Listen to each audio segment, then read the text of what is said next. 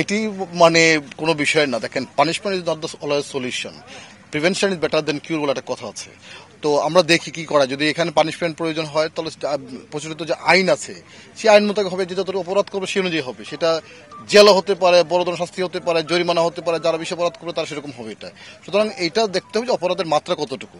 তো আমরা দেখছি যে আসলে এটা কি করা যায়, মানে পুরো জিনিসটা আমরা অ্যাসেসমেন্ট করছি। অ্যাসেসমেন্ট করে প্রথম এটা হলো যে এখানে আসলে যারা পাথরগুলি এখন বিভিন্ন জায়গায় লুকিয়ে নিয়ে গেছে চুরি করে, এইটাকে আমরা উদ্ধার করা এবং পাশাপাশি হচ্ছে যারা এই কাজটা করেছে তাদেরকে শাস্তির আওতায় আনা। তদন্ত কমিটির রিপোর্টের বিষয়ে আমার এই মুহূর্তে কিছু বলার নেই, কারণ এটি বিভিন্ন তদন্ত করেছে। সেটা হচ্ছে তদন্ত রিপোর্ট যারা করেছে সেটা যথাযথ কর্তৃপক্ষকে জমা দেওয়া হয়েছে। সুতরাং এটা কর্তৃপক্ষ সিদ্ধান্ত নেবেন যে আসলে এখানে কার দায় ছিল, কি বিষয় এটা। আমি একজন জেলা প্রশাসক, আমার দায়িত্ব হলো যে এটাকে দুটো বিষয়, একটা হলো যে এখানে যে পাথরগুলো চুরি হয়ে গেছে ইমিডিয়েটলি সেটাকে রিস্টোর করা, এবং সেকেন্ডলি হচ্ছে এখানে কারা কারা ইনভলভ হতে পারে কি ব্যবস্থা নেওয়া যায়, আর থার্ড হচ্ছে ভবিষ্যতে এই ধরনের ঘটনা না ঘটে সেটার জন্য কি প্রিভেন্টিভ মেজার নেওয়া যায়, স্থায়ী সলিউশন করা যায় এটা।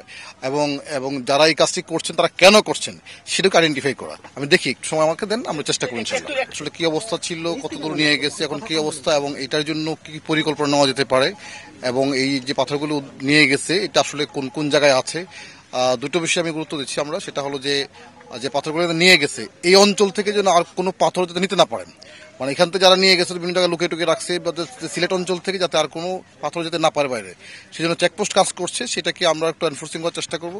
আর ইমিডিয়েটলি আগামীকালকে পরশুদের মধ্যে আর কিছু প্ল্যানিং আমরা নিচ্ছি। আমরা আশা করছি অল্প কয়েকদিনের মধ্যে ইনশাল্লাহ আগের অবস্থা ফিরে আসবে।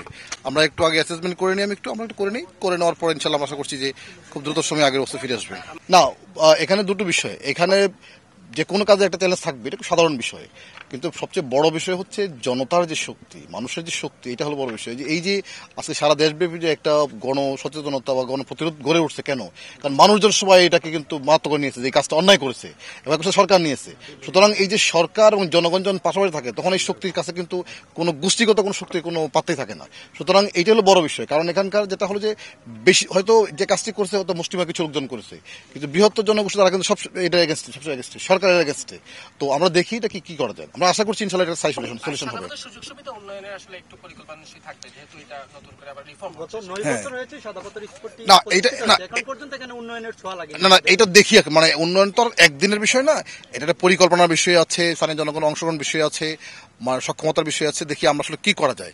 যে আমরা আশা করছি যে হয়তো সব সমস্যা হয়তো একদিনে সমাধান করে ফেলা যাবে না, বাট একটা সময়ের সাথে হয়তো আমরা আশা করছি যে সমাধান করা। এটা আমরা দেখি, একটু আগে অ্যাসেসমেন্টটা করি, আইডেন্টিফাই করি যে আসলে কোথায় উইকনেস আছে এবং কোথায় আমাদের কাজ করার সুযোগ ছিল, বা কোথায় সুযোগ আছে, বা কোথায় আমাদের সুযোগ তৈরি করতে হবে, বা কোথায় আমাদের এনফোর্সমেন্ট করতে হবে, বা কোথায় আসলে আমাদের স্ট্রেংথেনিং করতে হবে, সেটা আমরা একটু অ্যাসেসমেন্ট করে নিই, সেই অনুযায়ী ব্যবস্থা নেব।